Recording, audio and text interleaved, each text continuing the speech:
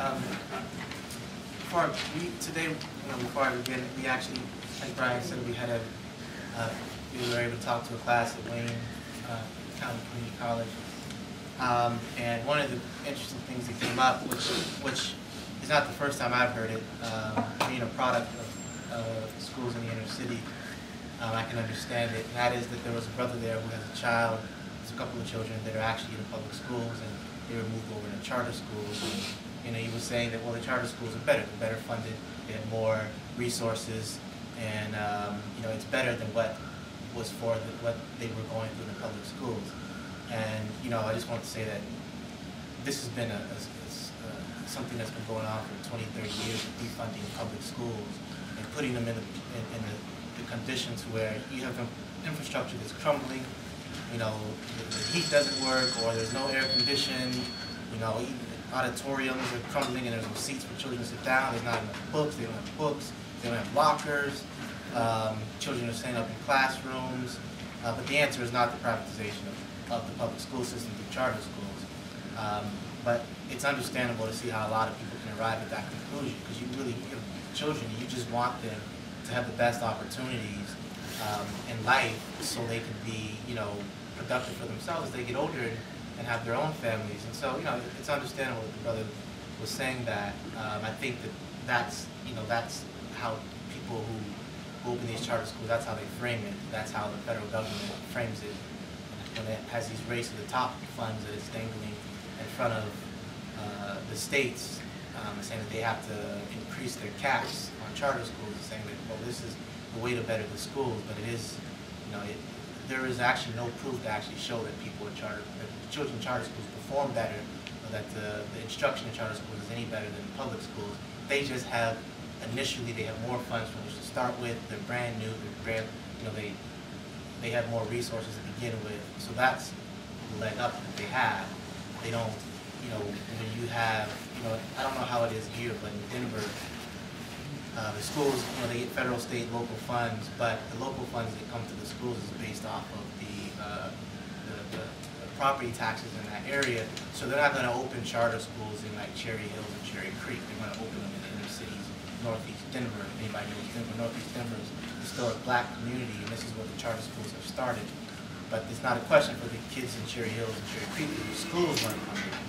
They had the most up-to-date equipment. They had the new computers. They had the most updated sports facilities and all these things. It was never a question of charter schools would be better. They're putting that to our children, to people of color who live in the inner cities who've had these conditions forced upon them. But in the call, March 4th, people look at the leaflet that says National Day of Action to Defend Education. And some people look at that, especially if you're a teacher or you're a parent of someone who goes to public school. Some people may look at it and say, well, why doesn't it say public education? Are you for charters? And obviously, based off of what I said, I'm against, and we are against, the privatization of the public school system.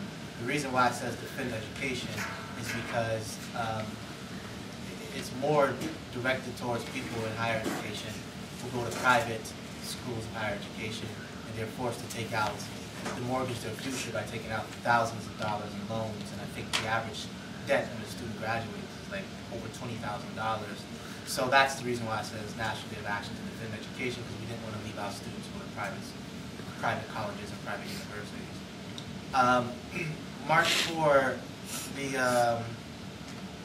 I go to City College, New York, which people in Harlem call Harlem University. And City College is part of the City University of New York system, and that's a system of, I think, like 15 or so schools, maybe more than that, schools throughout the metropolitan New York area. And the city, there have been a number of struggles to fight for open enrollment there. CUNY actually used to be free until I think the late 60s or early 70s is when they actually started charging tuition for people to go there, but it used to be free. And over the years, students have waged a number of struggles to defend their right to go to CUNY and to stop the rising tuition rates, because over the past 10 years alone, tuition has jumped quite considerably. And Harlem University, City College of New York, has been a place where there's been a number of occupations of the buildings on the campus. In fact, CCNY, City College, is the only school in the CUNY system that actually has a campus. But we work with I work with a number of different coalitions in New York. One is CUNY Campaign to Defend Education, which is a CUNY-wide organization. And one is the Students for Educational Rights, which is based at City College. And we had a number of demonstrations last fall against the midterm budget cuts that were happening throughout the CUNY system, CUNY and SUNY system.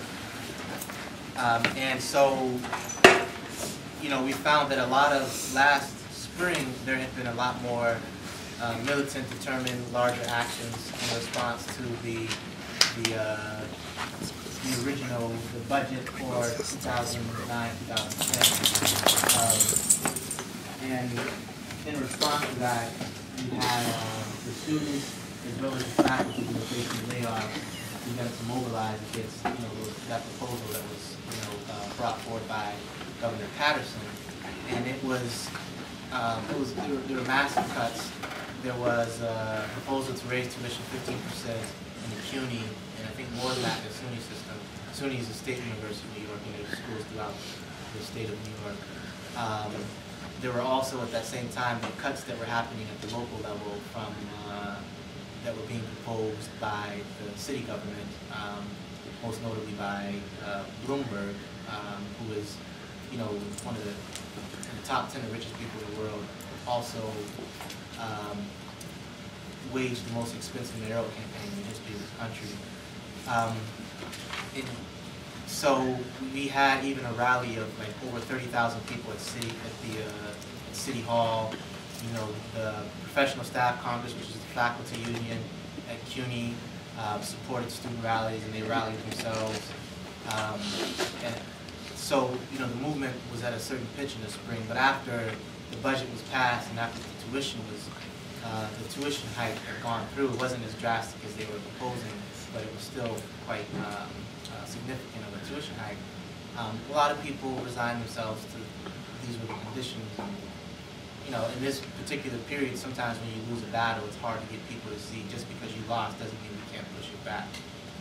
Because we've been in a long period of decline and retreat and having all these things that were fought for years before taken away from us.